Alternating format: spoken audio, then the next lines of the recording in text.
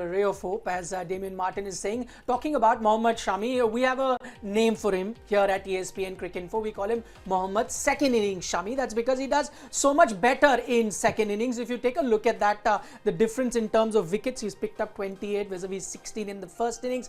Best is also 6 for 56. You can see that. And then look at that strike rate. I mean, the major difference clearly, VVS, he enjoys bowling in the second innings. Yeah, I think that also is a little surprising for me because his wrist position is so upright, lands on the seam regularly. So he has to even create these chances in the first innings where if you're playing in overseas test matches, invariably the wicket will be assisting the fast bowlers.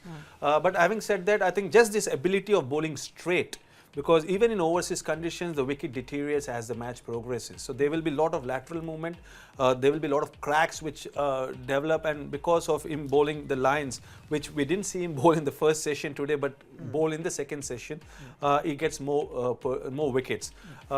Because I was talking to Waqar Younis and Wasim Akram, and they say that when you're bowling to the tailenders or when you're bowling in the second innings of a test match, the straighter you bowl, the more wickets you get.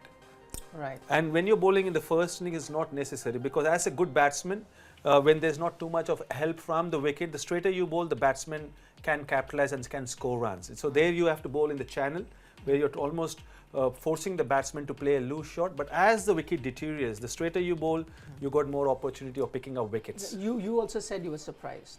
I'm absolutely surprised because of the skill he possesses. It's surprising that those numbers will do a spinner proud, because of the fact that as the wicket deteriorates, the spinner comes into play. But for a seamer, look, you can be happy about it, because then you feel that you've got a seamer who can still bowl well for you in the second innings. You're not reliant just on a spinner.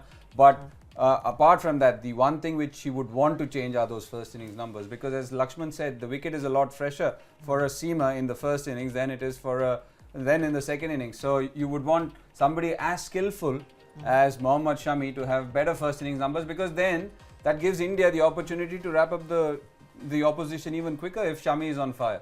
Okay, we've got a question now, specifically, I think he's talking about India's batting. We're getting this from YouTube, and this is, let's see who this is, Parag Roy Chaudhary.